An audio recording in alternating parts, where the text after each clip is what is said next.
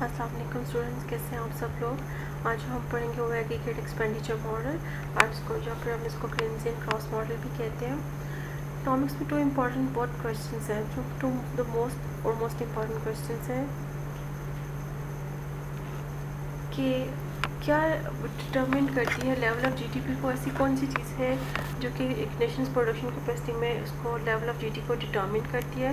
And number 2, but causes real GDP to rise in one period and fall to another period. ये क्या reason है कि कुछ एक पीरियड में तो जीडीपी है वो इंक्रीज़ करती है और अगले पीरियड में जो है वो डिक्रीज़ करती है। लेट्स सपोज आप इसके एग्जांपल ले सकते हैं कि जीडीपी इन 2017-18 में पाकिस्तान का डिफरेंट था एज़ कम्पेयर अगर हम आजकल का या फिर 2019 की बात करते हैं तो जीडीपी डिफरेंट था। तो ये बात करते हैं कि क्या रीज़न है कि रियल जीडीपी में चेंज आता है एक पीरियड से दूसरे पीरियड में। या अगर हम पीरियड की बात कर लेते हैं तो हम वो 3 to 5 ईयर्स का भी ले सकते हैं, टाइम पीरियड स्पेन ले सकते हैं। 2010 से 15 तक और था, 15 से 19 तक और था। तो इसमें क्या रीज़न थे कि चेंजेस आए उसमें। इसका हम बैकग्राउंड इस तरह से देख लेते हैं कि केन्स ने अपनी एक बुक लिखी थी जिसमें उसका नाम था journal theory of employment, interest and money. और उसने अटैक किया था फॉर्मेशन को क्लासिकल थ्योरी की, जो कि थी कि जिनके मुताबिक इकोनॉमी में हमेशा फुल एम्प्लॉयमेंट रहता था। और केन्स ने अपनी बुक 1936 में लिखी थी, यानी आफ्टर ग्रेट डिप्रेशन। और ग्रेट डिप्रेशन कब स्टार्ट हुआ था? 1929 से 33, when million of peoples were wandering on the streets of London and New York to seek job. तो क्या हुआ कि उसके बाद जब वो फुल एम्प्लॉयमेंट का जो कॉन्सेप्ट था, जो थ्योरी थी, टोटली क्लैप्स हुई। उसके बाद भी केन्स ने अपनी बुक 1936 में लिखी और उसने उसमें क्रिटिक्स को बहुत क्रिटिसाइज़ किया क्लासिकल इकोनॉमिस्ट को।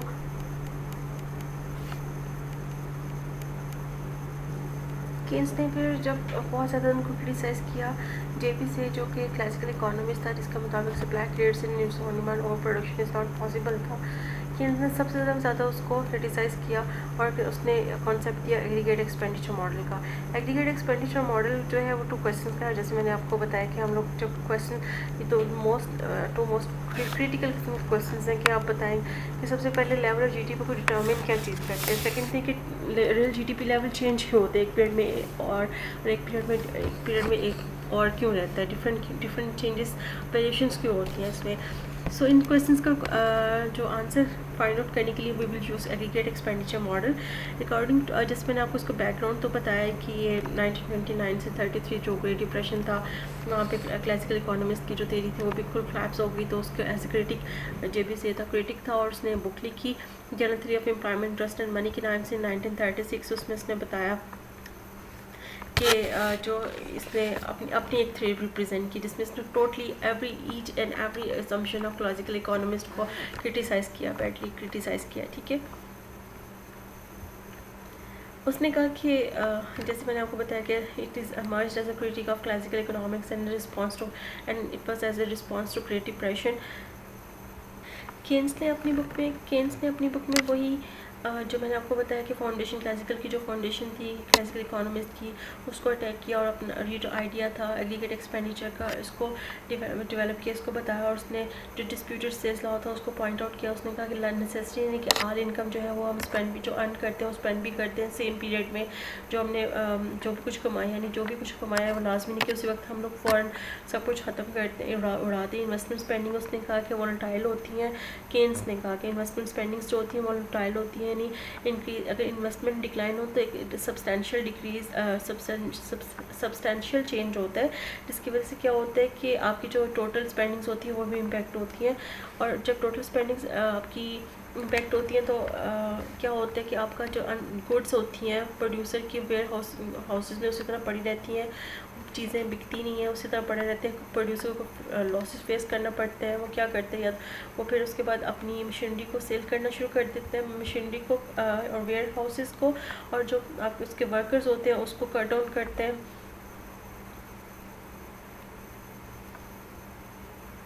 जी,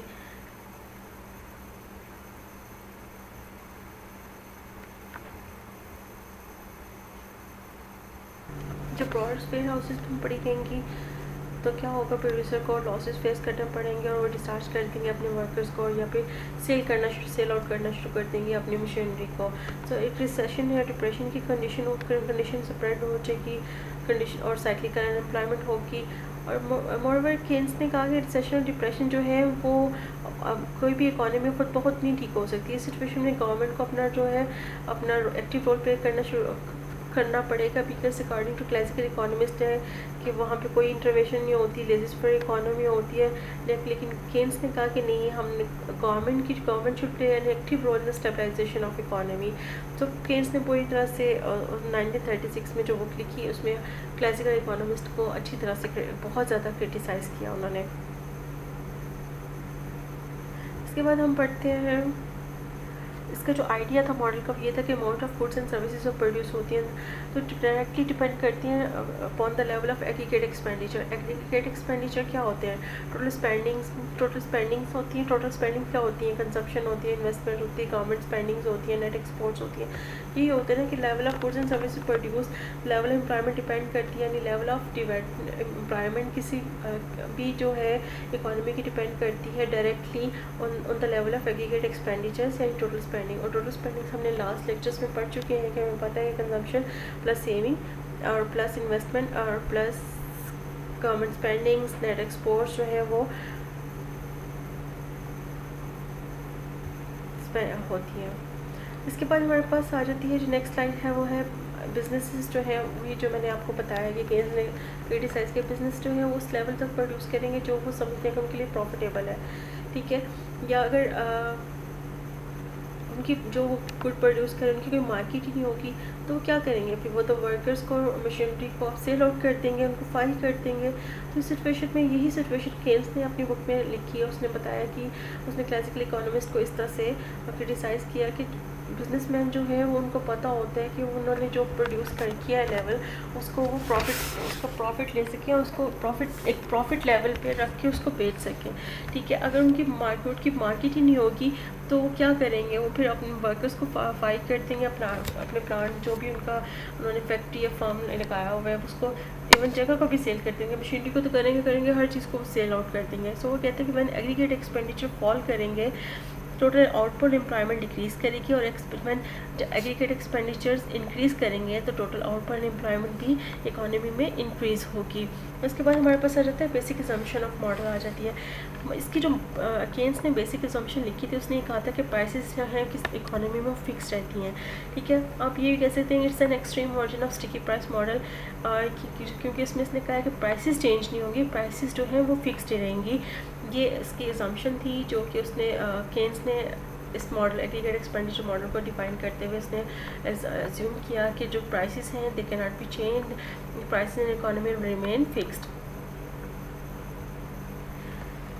एग्रीगेट एक्सपेंडिचर मॉडल जो है वो हमें करंट इकोनॉमिक सिचुएशन में भी हेल्प कर सकता है। हमें हेल्प कर सकता है कि अगर इकोनॉमिक शॉक्स हों, यानी डिप्रेशन हो, रिसेशन हो या बूम कंडीशन हो, टैक्सेस में इंक्रीज़ हो जाए, टैक्सेस में डिक्रीज़ हो जाए, गवर्नमेंट स्पेंडिंग इंक्रीज़ हो या डिक्रीज़ हो, कंजम्पशन पर एक्सपेंडिचर्स या इन्वेस्टमेंट स्पेंडिंग्स जो है वो इंक्रीज़ हो डिक्रीज़ हो, इसका इम्पैक्ट हमें पता चलता है। अभी स्टिल हमें हेल्पफुल कर सकते हैं। लेट्स सपोज कि अगर बिफोर लास्ट ईयर जो था, लास्ट ईयर की बात नहीं करते हम लोग, फरवरी टू 2020 की बात करते हैं। हमारा जो इंटरेस्ट रेट था वो कितना था? वो हमारा इंटरेस्ट रेट था 13.25% था, ठीक है। और कोविड-19 जब स्टार्ट हुआ तो ऑब्वियसली पूरी दुनिया के हालात चेंज हो गए। तो अब जो हमारी मॉनेटरी पॉलिसी में रिड्यूस हुआ है 13.25 से 9% हमारा इंटरेस्ट रेट आ गया। सिमिलरली टैक्स रेट भी डिक्रीज़ किया, जैसे आपको पता होगा रियल एस्टेट सेक्टर पे उन्होंने टैक्सेस को डिक्रीज़ किया। तो उसने कहा कि जो current government aggregate expenditure model है ये हमें रिसेंट जो हमारी जो भी इकोनॉमिक सिचुएशन चल रही होती हैं उस पर हमें स्टडी करने में हेल्प आउट करते हैं। उसमें हमें इकोनॉमिक शॉक्स के बारे में बताते हैं। हमारा 2017-18 में जो GDP ग्रोथ रेट था वो 5.8% में जा रहा था और अब हमारा माइनस में जा रहा है। सो इस सिचुएशन में हम लोग ने क्या किया कि एग्रीगेट एक्सपेंडिचर मॉडल जो है हमें हेल्प करता है। हमें पता चलता है कि जो इकोनॉमिक शॉक्स आ रहे हैं, वो शॉक ही था ना कि हम लोग तरक्की कर रहे थे 5.8 पे जा रहे थे, अब हम माइनस में आ गए। तो इनके क्या इम्पैक्ट है? इस सिचुएशन में एग्रीगेट एक्सपेंडिचर हमें हेल्प करता है with the help of changing in taxes and government spending, consumption expenditures and investment spendings. अब हम एग्रीगेट एक्सपेंडिचर मॉडल की डिफरेंट स्टेजेस हैं जिसको हम स्टडी करेंगे। फर्स्ट ऑफ ऑल तो ये है कि close private economy. Close private economy कौन सी होती है, वही जो हमने पहले पढ़ी कि y is equal to C plus I, जिसमें कंजम्पशन इन्वेस्टमेंट होती है। और उस पर प्राइवेट क्लोज क्यों कहते हैं, क्योंकि इसमें ट्रेड नहीं होती है, एक्सपोर्ट इम्पोर्ट नहीं होता। और क्लोज प्राइवेट क्यों इसलिए कहते हैं कि उसमें गवर्नमेंट की इंटरवेंशन नहीं होती है, गवर्नमेंट का कोई इम्पैक्ट नहीं होता, इसलिए हम उसको प्राइवेट क्लोज्ड इकोनॉमी भी बोलते हैं। क्लोज इसलिए कि उसमें ट्रेड नहीं है, और प्राइवेट इसलिए कि उसमें गवर्नमेंट इंटरवेंशन नहीं है। सो फर्स्ट हमारी इक्वेशन वो हो गई। सेकंड पे हम इसको जो है ओपन कर लेते हैं, यानी फर्स्ट इकोनॉमी को अगर हम ओपन करें, उसमें एक्सपोर्ट इंपोर्ट करें, तो ओपन इकोनॉमी जो थी है उसको हम 3 सेक्टर इकोनॉमी कहते हैं। उसके बाद जब हम इस ओपन इकोनॉमी जो प्राइवेट इकोनॉमी है इसको हम लोग मिक्स इकोनॉमी में ले आए, मतलब गवर्नमेंट परचेजेस और स्पेंडिंग का जो है वो इंक्लूड करते हैं वेरिएबल, तो हमारा ये बन जाता है मिक्स्ड इकोनॉमी बन जाता है और 4 सेक्टर मॉडल बन जाता है। ठीक है, इनको हम डिटेल में अब स्टडी करते हैं इन मॉडल्स को। सबसे पहले कंजप्शन इन्वेस्टमेंट शेड्यूल और प्राइवेट क्लोज्ड इकोनॉमी, वही जो मैंने आपको बताया। अब देखिए प्राइवेट क्लोज्ड इकोनॉमी में कंपोनेंट्स ऑफ एग्रीगेट एक्सपेंडिचर हैं वो होते हैं। प्राइवेट क्लोज इकोनॉमी में हमने बात की कि 2 कंपोनेंट्स होते हैं। First of all consumption and gross investment. कुछ बुक्स में वाई की जगह जीडीपी लिखा हुआ है, हम जैसे पढ़ेंगे तो जीडीपी पढ़ेंगे, लेकिन कुछ बुक्स में जीडीपी की जगह वाई लिखा हुआ है, यानी आपकी लेफ्ट हैंड साइड पे कुछ बुक्स में जीडीपी इक्विलिब्रियम जीडीपी लिखा हुआ है, कुछ पे वाई लिखा हुआ है। सो आप लोग कंफ्यूज ना हो इसलिए मैंने इस जगह पे वाई ही लिखा है। और ग्रॉस इन्वेस्टमेंट वो किसके इक्विलिब्रियम होता है कि कंजम्पशन प्लस ग्रॉस इन्वेस्टमेंट के। अब हमें पता है कि जब हमने प्राइवेट क्लोज इकोनॉमी की बात की तो उसमें गवर्नमेंट नहीं है। ठीक है, उसमें गवर्नमेंट नहीं है तो क्या होगा, लोग या तो कमाएंगे और या उसको सेव करेंगे। जब सेव करेंगे 2 ही काम करेंगे ना, जब जो सेविंग होगी उसके बाद में इन्वेस्टमेंट करेंगे। अब लेट्स सपोज कि अगर मैं कुछ अर्न कर रही हूँ, जितनी भी मेरी पे है, या तो मैं उसको कमाऊँगी। अगर इसमें गवर्नमेंट नहीं है, मुझे कोई टैक्सेस नहीं देने पड़ेंगे, तो क्या होगा, मेरी सेविंग होगी। जो सेविंग होगी मैं बाद में जब मेरे पास पैसे ज़्यादा होंगे तो मैं उसको क्या करूँगी, इन्वेस्ट कर लूँगी, किसी अपनी कोई चीज़ ले लूँगी जो मुझे बहुत इंपॉर्टेंट चीज़ चाहिए, या आईफोन ले लूँगी, या मैं अपना लैपटॉप ले लूँगी जिसकी मुझे ज़रूरत है, या फिर मैं कोई प्लॉट ले लूँगी। इसी तरह से लोग करते हैं ना, अपने सेविंग को क्या करते हैं, वो यूटिलाइज कर लेते हैं, इन्वेस्टमेंट कर लेते हैं। तो हमने क्या कहा, इक्विलिब्रियम लेवल पे क्या होता है, savings are equal to investment. जब saving is equal to investment है तो हमारा जो वाइज है, वो जो इक्वेशन है वो हम इसको एज इट इज़ लिख सकते हैं, Y is equal to C plus I G P को लिख सकते हैं हम इसको। तो हमारी क्या होगी, हमारा G D P is equal to हो जाएगा consumption is equal plus gross investment की बात हम करेंगे।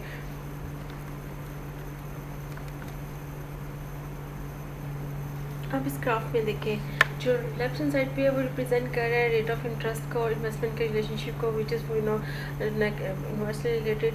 यानी अगर आपका इंटरेस्ट रेट ज़्यादा होगा तो आपकी इन्वेस्टमेंट कम होगी, अगर आपकी इंटरेस्ट रेट कम होगी तो आपकी इन्वेस्टमेंट ज़्यादा होगी। तो यहाँ पे जो लेफ्ट हैंड साइड पे जो बॉक्स है वो रिप्रेजेंट कर इन्वेस्टमेंट डिमांड कर्व को। ठीक है, उसमें जो एक्स एक्सिस पे हमारे पास इन्वेस्टमेंट है बिलियन ऑफ डॉलर्स में है, और यहाँ पे हमारा जो वाई एक्सिस है वो रेट ऑफ इंटरेस्ट को रिप्रेजेंट कर रहा है। तो हमें यहाँ पे ये कर्व शो कर रही है कि ये जो है 8% रेट ऑफ इंटरेस्ट है, और हमारा जो इन्वेस्टमेंट है वो 20% है, जबकि बी कॉलम है वो इन दोनों को हम रिप्रेजेंट कर रहे हैं। यानी टोटल इकोनॉमी में $20 बिलियन की ग्रॉस इन्वेस्टमेंट हुई हुई है, और जो रियल जीडीपी है वो रिप्रेजेंट कर रही है कि हर ग्रॉस इन्वेस्टमेंट पे, हर पोर्शन पे कितनी आपका जो इम्पैक्ट होगा वो इस इन्वेस्टमेंट का कितना होगा जीडीपी पे।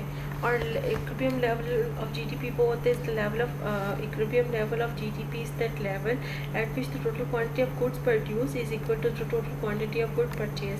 यानी आपकी total quantity of good produce कौन सी होगी, वो जीडीपी होगा, वो जीडीपी से रिप्रेजेंट करेंगे, और total quantity of good produce which is that part is equal to C plus I, यानी gross investment I ji.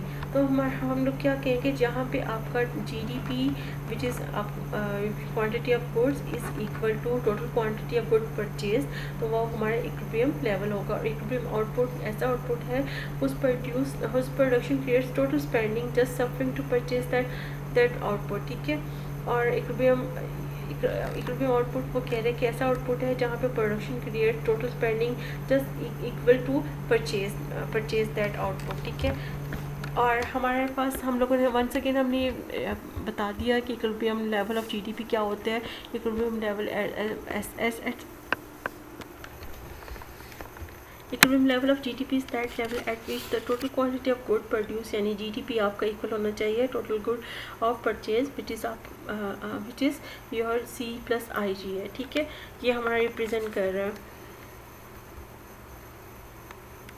In closed private economy, aggregate expenditure consists of consumption and investment. So हमारा जो equilibrium point पे क्या होगा, GDP is equal to C plus I plus D. जो GDP है वो आपका total quantity of good produced है. ठीक है, और C plus I क्या है, total quantity of good purchased को represent कर रहा है. ये बात याद रखिएगा, इसको भूलिएगा मत. So अगर हम चलते हैं ग्राफ पे, Canadian cross model aggregate expenditure model in two sector economy. Two sector economy पढ़ा, GDP is equal to C plus I ही हमारा टू सेक्टर इकोनॉमी है. ठीक है, हम इसमें पढ़ेंगे. अब हम देखेंगे Canadian क्रॉस मॉडल या aggregate expenditure model two sector में कहाँ पे होता है.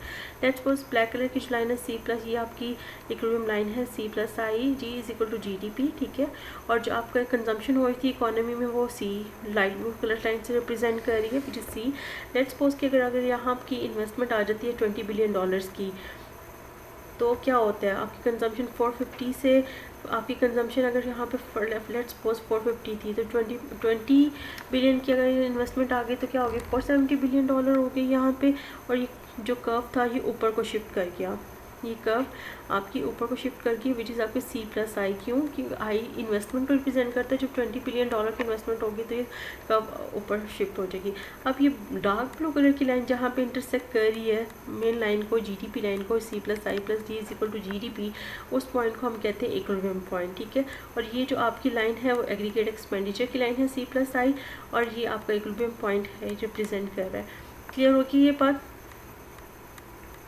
कि C plus I G is equal to GDP. Black colour की लाइन आपकी GDP को रिप्रेजेंट कर रही है, एग्रीगेट एक्सपेंडिचर को रिप्रेजेंट कर रही है. इक्विलिब्रियम पॉइंट आपका शो हो रहा है जहाँ पे क्रॉस कंजम्पशन प्लस इन्वेस्टमेंट जो है वो आपकी कट कर रही है GDP लाइन को 45 एंगल.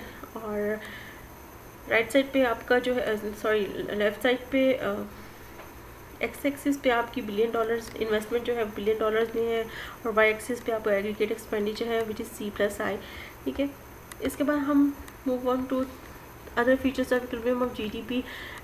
GDP पे हमें पता चला कि क्लोज प्राइवेट इकोनॉमी में क्या होता है, C इज इक्वल टू आई जी किसको रिप्रेजेंट करते हैं, क्रॉस इन्वेस्टमेंट के. सम बुक्स में सिंपल इन्वेस्टमेंट लिखा है, लेकिन हम मैकॉनर को और फ्लिन को फॉलो कर रहे हैं तो इसने क्रॉस इन्वेस्टमेंट से रिप्रेजेंट किया. So it's okay, no issues, हम लोग इसको एज इट इज़ भी लिख सकते हैं. लेकिन अगर आप जस्ट कंजम्पशन प्लस इन्वेस्टमेंट आई से भी रिप्रेजेंट करेंगे that it will be fine, कोई इसमें प्रॉब्लम नहीं होगा.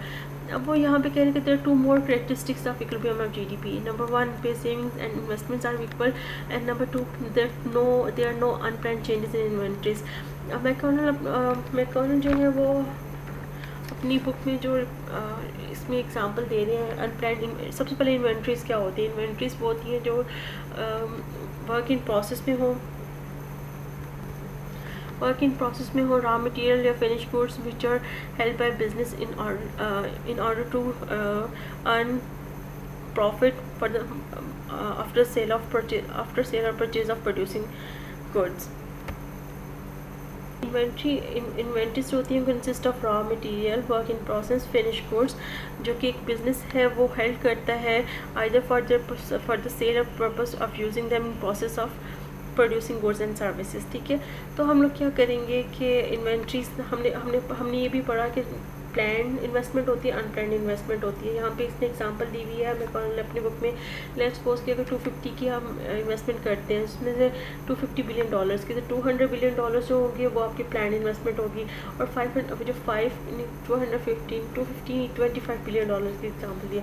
20 होंगी वो प्लान इन्वेस्टमेंट होगी, जो 5 बिलियन है वो आपके अनप्लान्ड इन्वेस्टमेंट होगा. वो इसलिए होगा कि आपने अपनी इन्वेस्टमेंट को क्या अपनी जो अपने प्रॉफिट्स को रेज करना है, उसके लिए आप लोगों ने क्या करते हैं कि आप अपने सेल को इंक्रीज़ करने के लिए या फिर नियर फ्यूचर में प्रोड्यूस जो गुड्स एंड सर्विसेज आपने प्रोड्यूस करनी है उसको मज़ीद बेहतर करने के लिए जो आप इन्वेस्टमेंट करते हैं उसको आप इन्वेंट्रीज में इंक्लूड करते हैं. सो इन्वेंट्री जो होती है उनको goods and material that business hold for sale to customers in the near future. In simple words we can say this.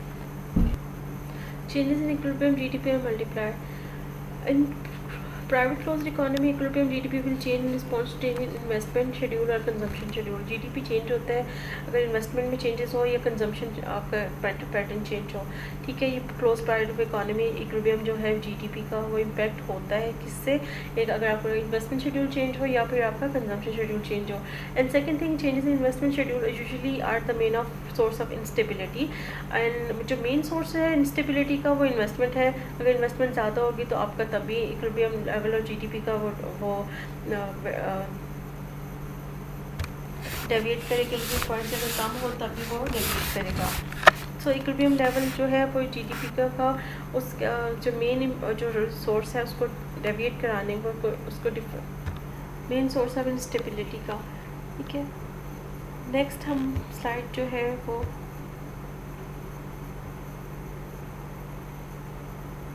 Multiply, हमने बात की कि इन्वेस्टमेंट की वजह से चेंज होता है जीडीपी और किस तरह से चेंज होता है इसकी एग्जांपल देख लें।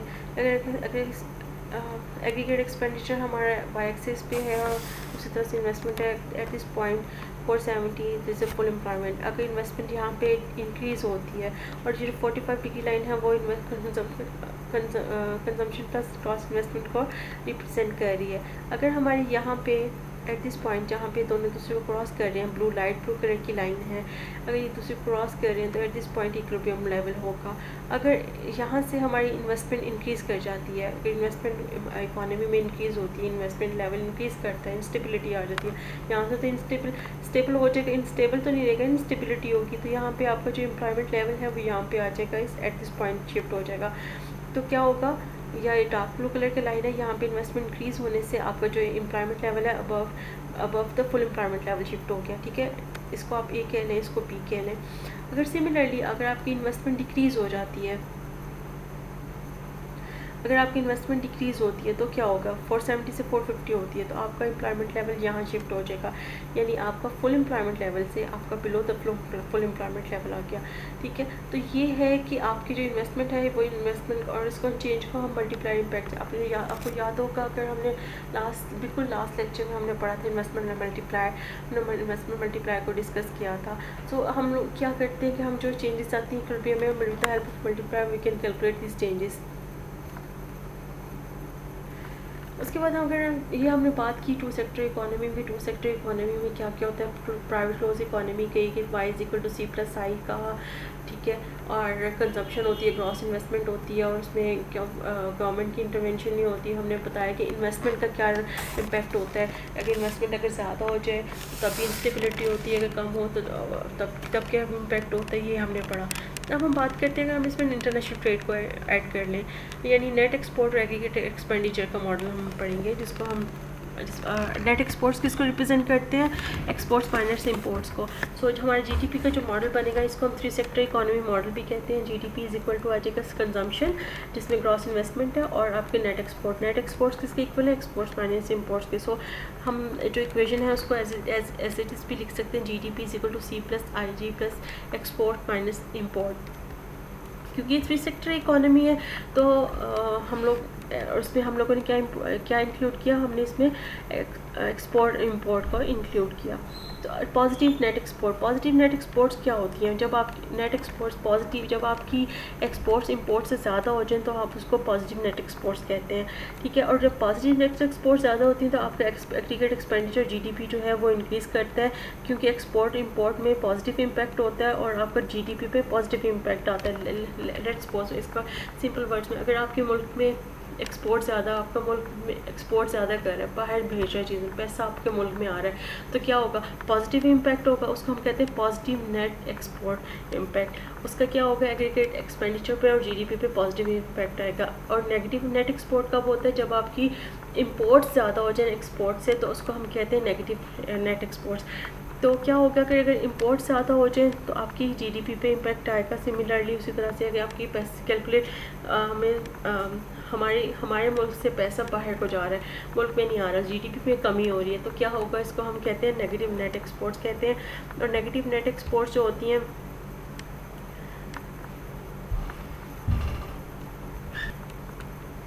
नेगेटिव नेट एक्सपोर्ट से आपकी जीडीपी में इम्पैक्ट अगर वो फॉल करेंगी।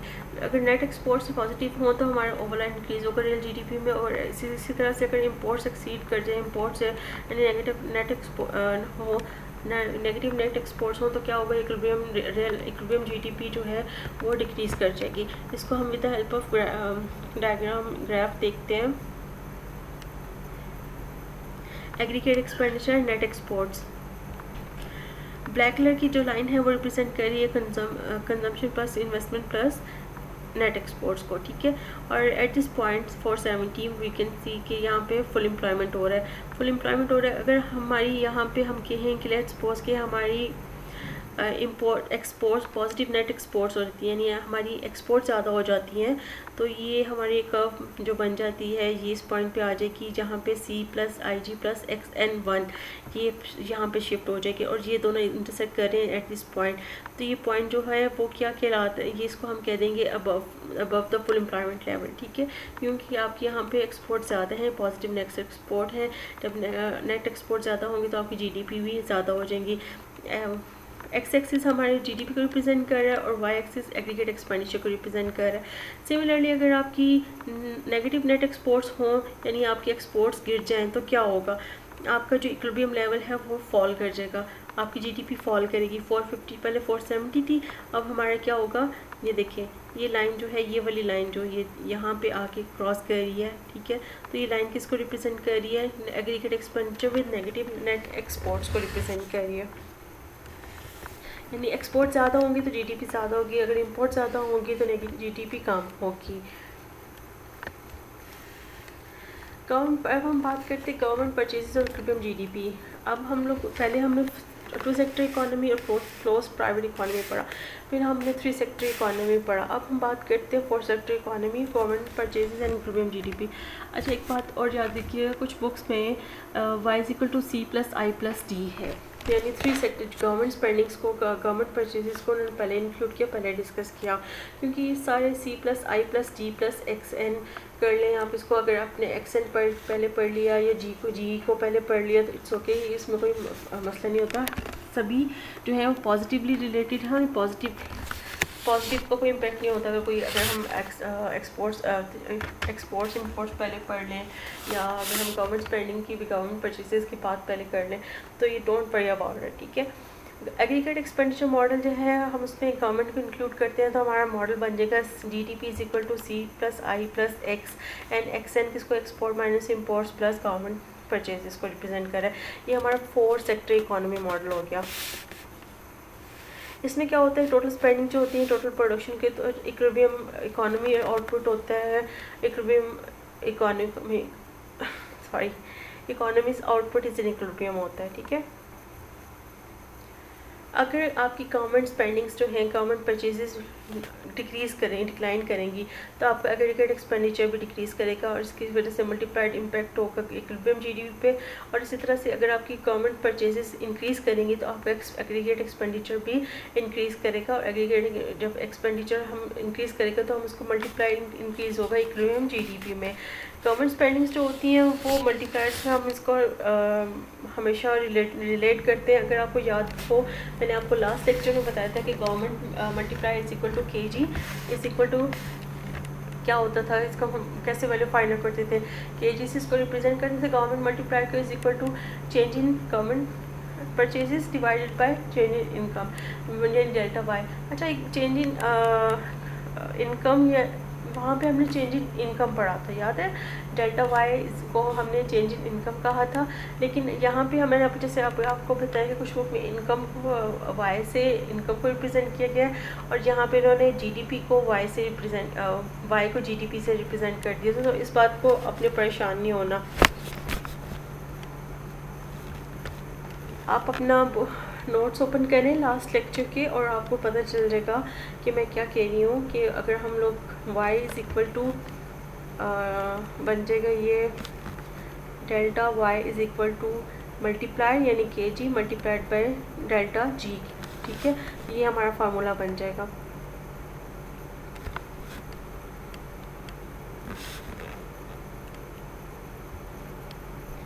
ये हमारी बेसिक लाइन है, ब्लैक लाइन हमारी 45 एंगल को रिप्रेजेंट करिए। एक्स एक्सिस पे हमारा रियल जीडीपी है, वाई एक्सिस पे एग्रीगेट एक्सपेंडिचर है।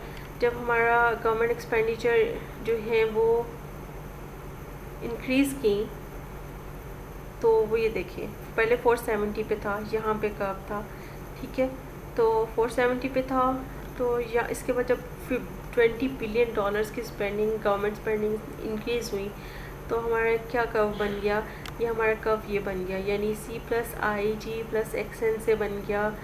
जब ये वो जो लाइट ब्लू कलर की लाइन यहाँ पे शो कर रही है, ये लाइन जब हमारे पास गवर्नमेंट स्पेंडिंग यानी गवर्नमेंट परचेजेस इंक्लूड नहीं थे, ठीक है, हमारी जो रियल जीडीपी थी 470, जैसे ही हमारी गवर्नमेंट स्पेंडिंग्स इंक्रीज़ हुई $20 बिलियन पे और ये अबव हो गई 50 बिलियन 550 पे चली गई, तो ये देखें ये जो डार्क ब्लू कलर की लाइन है ये रिप्रेजेंट करिए कि हमारे पास कंजम्पशन भी है, इन्वेस्टमेंट भी है, नेट एक्सपोर्ट्स है XN, और जी किसको रिप्रेजेंट करें, गवर्नमेंट परचेजेस को। तो ये हमारा जो इक्विलिब्रियम पॉइंट आ गया, ये हमारा ये पॉइंट होगा, यानी अबव द फुल एम्प्लॉयमेंट। यानी जैसे अगर आपकी गवर्नमेंट स्पेंडिंग्स भी इंक्रीज़ हुई, फोर्थ सेक्टर इकोनॉमी में क्या हुआ कि आपकी रियल जीडीपी भी इंक्रीज़ हो गई, एग्रीगेट एक्सपेंडिचर भी आपके इंक्रीज़ हो गए। अब हम ये हमारे पास था 3 सेक्टर इकोनॉमी, सॉरी ये हमारा 4 सेक्टर इकोनॉमी पे आ गया। अब हम अगर टैक्सेस का इम्पैक्ट पढ़ते हैं, टैक्सेस का इम्पैक्ट क्या होगा, अगर गवर्नमेंट जो है टैक्सेस सिर्फ स्पेंड, गवर्नमेंट समटाइम्स हम मोस्टली बल्कि हम पे स्पेंड नहीं करते, हमसे कलेक्ट भी करती है।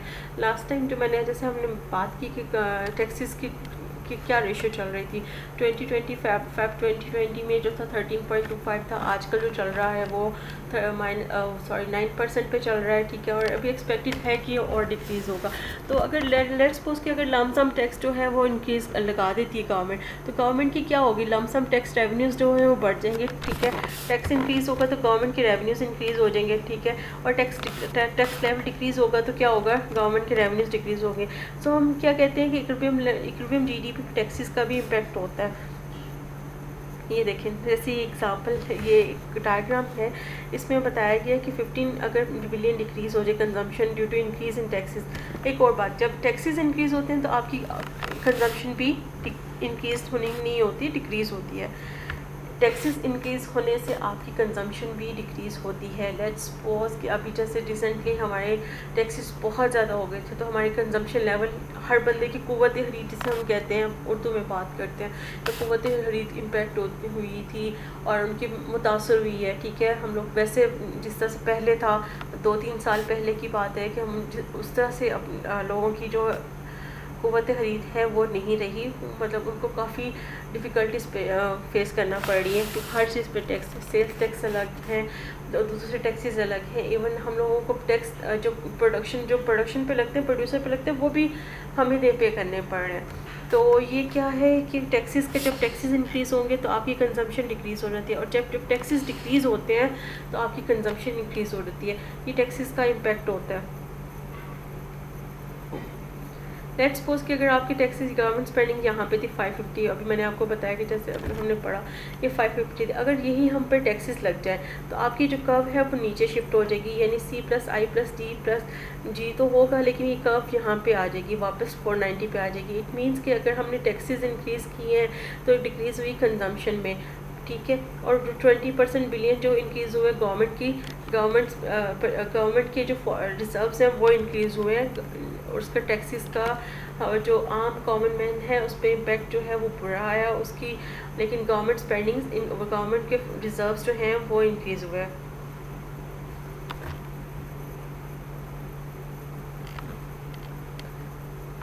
क्लियर है ये यहाँ तक कि 15 बिलियन डिक्रीज़ हुआ कि जो पहले गवर्नमेंट ने हम पे स्पेंड किया 550, जैसे हमने लास्ट इसमें पढ़ा ये वाली इक्वेशन में देखिए, अगर आपको याद हो 470 पे था जब हम गवर्नमेंट इंक्रीज़ आई, यहाँ पे सिर्फ एक्सपोर्ट था, नेट एक्सपोर्ट का एलिमेंट था, जब गवर्नमेंट स्पेंडिंग्स आई तो 550 पे आया, और ये जो इक्वेशन था ये वाली टैक्सेस और इक्विलिब्रियम जीडीपी में जब 550 पे अगर यहाँ पे इस इक्वेशन इस पॉइंट पे गवर्नमेंट इकोनॉमी में टैक्स इम्पोज करती है, टैक्सेस इंक्रीज़ कर देती है, इम्पोज कर देती है और साथ में टैक्सेस की रेशो भी बढ़ा देती है, तो आपकी जो इन्वेस्टमेंट है जो आपकी रियल जीडीपी है वो डिक्रीज़ होकर 490 पे आ जाती है, जबकि आपके टैक्सेस में क्या होता है, इजाफा होता है $20 बिलियन का।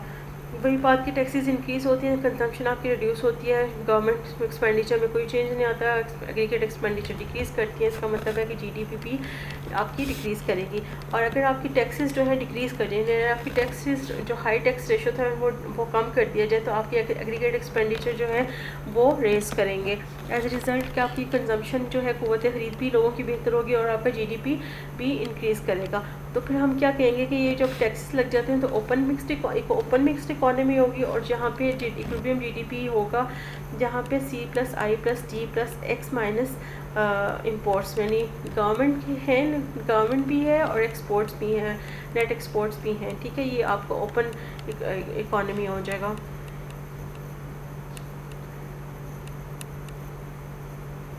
जी, ये आज आपका लेक्चर था जो कि मैंने मैककॉनल, ब्रू और फ्लिन की बुक से मैंने प्रिपेयर किया, और चैप्टर नंबर 28 था। अगर आपको कुछ पूछना है तो हम इंशाल्लाह जूम क्लास में उसको डिस्कस करेंगे, और आपके क्वेश्चंस को मैं वहाँ पे आंसर्स करूँगी।